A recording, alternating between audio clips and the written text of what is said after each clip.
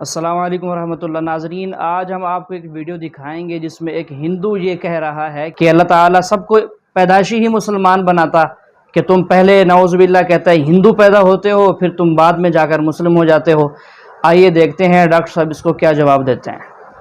اللہ نے یہ دنیا بنائی، یہ تم بھی مانتے ہو، اور اللہ نے اگر یہ دنیا بنائی ہے تو اس اللہ کی دنیا میں اس اللہ کی مرضی کے خلاف غیر مسلم آئے کہاں سے؟ اگر غیر مسلم ہے تو اس کا مطلب تمہاری اللہ میں کوئی اوقات نہیں ہے۔ اگر تمہارے اللہ میں اوقات ہے تو سیدھے سیدھے مسلمان بنا کے پیدا کرے نا۔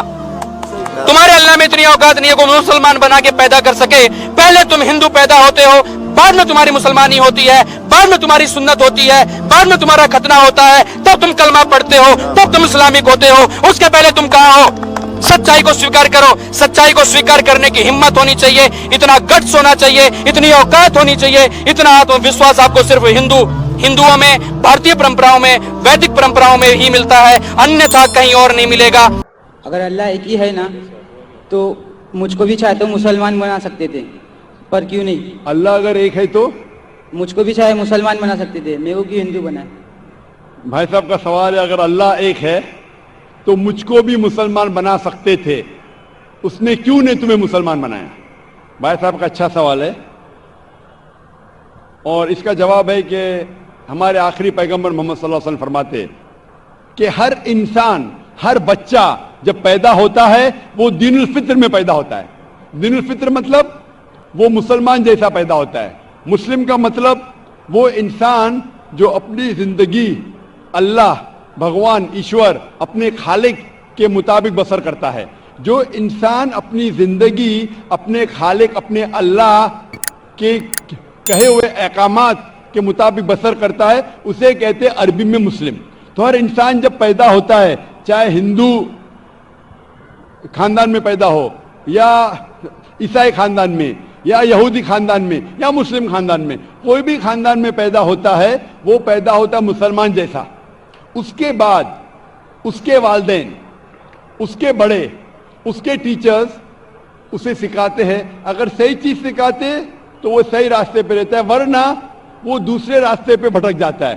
ہو سکتا ہے کہ وہ بت پرستی کرنے لگے، وہ مورتی پوجا کرنے لگتا ہے، ہو سکتا ہے وہ آگ کی پوجا کرنے لگے۔ اسی لیے اگر کوئی غیر مسلم بنتا ہے، اردو میں اکثر کہتے ہیں نو مسلم، جو غلط ہے۔ انگریزی میں کہتے ہیں convert. Convert means going from one track to the other, which is wrong۔ صحیح لفظ ہے لوٹا ہوا مسلم، کیونکہ ہر انسان پیدا ہوتا ہے مسلم جیسا، پھر اس کے والدین، اس کے بڑے کے ذریعے سے وہ غلط ٹریک پہ جاتا ہے، اور جب صحیح ٹریک پہ آ جاتا ہے واپس، صحیح لفظ ہے لوٹا ہوا مسلم۔ انگریزی میں کہیں گے ریورٹ۔ اکثر ہم کہتے ہیں نو مسلم، جو اسلامی تعلیمات کے مطابق غلط ہے۔ صحیح لفظ ہونا چاہیے لوٹا ہوا مسلم، ریورٹ۔ اور آپ کا سوال تھا کہ اللہ نے تمہیں مسلم کیوں نہیں بنایا؟ اللہ نے تمہیں مسلم ہی بنایا۔ ہو سکتا ہے کہ بچپن میں آپ کے بڑے، آپ کے والدین، آپ کے ٹیچر آپ کو صحیح راستہ نہیں دکھا سکے اور آپ غلط راستے پہ گئے، لیکن اس کے باوجود آپ اللہ کو دوشی نہیں ٹھہرا سکتے۔ آپ یہ پوچھ سکتے کہ اللہ نے کیوں مجھے ہندو خاندان میں پیدا کیا؟ اگر مسلم خاندان میں پیدا کیا ہوتا، ہو سکتا ہے کہ میں مسلمان ہوتا۔ اللہ تعالیٰ فرماتے ہیں قرآن مجید میں، سورہ فرقان میں، سورہ نمبر 25، کہ اللہ اگر چاہے تو سارے انسانوں کو مسلمان بنا سکتا ہے، لیکن پھر ٹیسٹ کیا ہے؟ اگر ٹیچر چاہے تو سارے اسٹوڈنٹ کو پاس کر سکتا ہے، لیکن ٹیسٹ کیا؟ ٹیسٹ وہ ہوتا ہے کہ ٹیچر صحیح تعلیم دینے کے بعد امتحان لیتا ہے، جو آدمی صحیح جواب دیتا ہے وہ پاس ہوتا ہے، جو غلط دیتا ہے فیل ہوتا ہے۔ تو اللہ تعالیٰ نے سارے انسانوں کو اپنا آخری پیغام دے چکا ہے قرآن مجید۔ اس کے بعد اگر انسان اس پہ عمل کرتے تو پاس ہوتے، عمل نہیں کرتے تو فیل ہوتے۔ اور اگر آپ اللہ سے کمپلین کریں گے کہ کیوں مجھے ہندو خاندان میں پیدا کیا، تو اللہ تعالیٰ فرماتے کہ آپ کدھر بھی پیدا ہو، چاہے مسلمان خاندان میں یا ہندو خاندان میں. یہ کہنا کہ ہر انسان جو مسلم خاندان میں پیدا ہوتا ہے جنت میں جائے گا بالکل غلط ہے. صرف مسلمان خاندان میں پیدا ہونے کے بعد اور مسلم نام رکھنے سے انسان جنت میں نہیں جاتا ہے.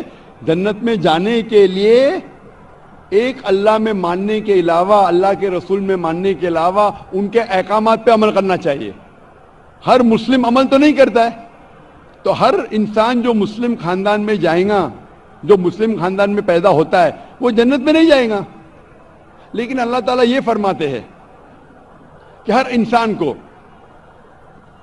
سورہ فصلت میں سورہ نمبر 41 آیت نمبر 53 اللہ تعالیٰ فرماتے سنوریم آیاتنا فی الآفاق وفی انفسہم حتی یتبین انہ الحق, کہ بہت جلدی ہم آپ کو اپنی نشانیاں دکھائیں گے. اللہ تعالیٰ فرما رہے انسانوں سے کہ جلد ہم آپ کو ہماری نشانیاں دکھائیں گے ہورائزنز میں, تاکہ آپ پہ واضح ہو جائے کیا حق ہے, کیا اللہ ایک ہے, اللہ کے علاوہ کوئی معبود نہیں. لیکن حق ظاہر ہونے کے بعد ہر انسان اس پہ عمل کرنا ضروری نہیں. وہ سوچنے لگے, وہ انسان سوچ سکتا ہے کہ اگر میں اسلام قبول کروں تو ہو سکتا ہے کہ میرے دوست مجھے چھوڑ دیں گے, ہو سکتا ہے کہ میرے والدین مجھے جائیداد سے دخل کر دیں گے, ہو سکتا ہے کہ مجھے میرے تجارت میں نقصان ہو. تو یہ سب چیزیں انسان کو بہت بار بھٹکاتی ہے اور حق قبول کرنے سے روکتی ہے. لیکن آخرت کے دن کے اوپر آپ یہ اللہ سے کمپلین نہیں کر سکیں گے کہ مجھے کسی نے بھی اسلام کے بارے میں نہیں کہا. اسی لیے قرآن مجید میں لکھا گیا ہے سورہ انعام میں سورہ نمبر 6 آیت نمبر 158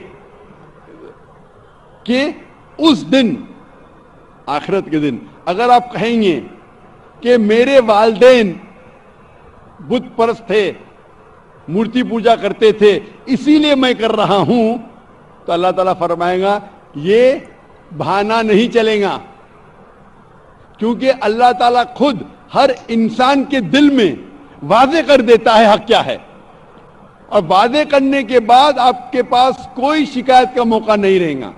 اور آپ کو بھی, آپ آج اس مجلس میں آ چکے ہیں اور میں نے لاکھوں لوگ کے سامنے آپ کو واضح کیا ہے کہ خدا ایک ہے, اس کے علاوہ کوئی معبود نہیں, اور محمد صلی اللہ علیہ وسلم اس کے آخری پیغمبر ہے. اگر آج آپ اس بات کو نہیں مانیں گے تو کل آپ یہ کمپلین نہیں کر سکیں گے, آپ شکایت نہیں کر سکیں گے اللہ سے کہ مجھے پتا نہیں تھا.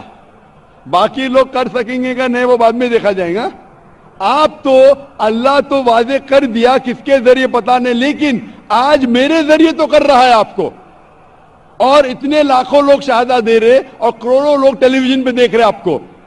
تو ابھی آپ کے پاس کوئی بہانہ نہیں, کوئی شکایت نہیں یہ کہنے کے لیے کہ میں مسلمان خاندان میں پیدا نہیں ہوا اس لیے میں نے اس دھرم کو ایکسپٹ نہیں کیا. میں آپ سے پوچھنا چاہتا ہوں بھائی صاحب, آپ مانتے ہیں کہ خدا ایک ہے؟ وہ تو ہے. آپ مانتے ہیں خدا ایک ہے؟ ہاں. آپ مانتے ہیں کہ بت پرستی غلط ہے؟ پر کون سا خدا ہے وہ پتا نہیں. نہیں, مورتی پوجا صحیح ہے کہ غلط ہے آپ کے حساب سے؟ اب جب میں ہندو دھرم میں پیدا ہوا تو پھر میرے حساب سے صحیح ہو سکتا. آپ کہتے ہیں کہ ہندو دھرم کے مطابق مورتی پوجا صحیح ہے. میں آپ کو آپ کے ہندو دھرم کی کتابوں کا حوالہ دیتا ہوں, مذہبی کتابوں کا. اگر آپ پڑھیں گے چھندوگیہ اپنشد چیپٹر نمبر 6 ادھیے نمبر 2 منترا نمبر 1, ایکم ایودتیم, ایشور خدا بھگوان ایک ہے, دوسرا نہیں ہے. لکھا ہے سویتا سوتر اپنشد میں ادھیے نمبر 6 شلوک نمبر 9 میں, ناچسیہ کسج جنیتا نہ کدیپا, اس ایشور کے کوئی والدین نہیں, اس ایشور کا کوئی رب نہیں. مطلب ایشور کا, بھگوان کا کوئی والد نہیں, کوئی والدہ نہیں, اس کے اوپر کوئی نہیں. اور صاف طور پہ لکھا گیا ہے سویتا سوتر اپنشد میں ادھیے نمبر 4 منترا نمبر 19 میں, نہ تسیہ پرتیما استی, اس ایشور کی, اس بھگوان کی, اس اللہ کی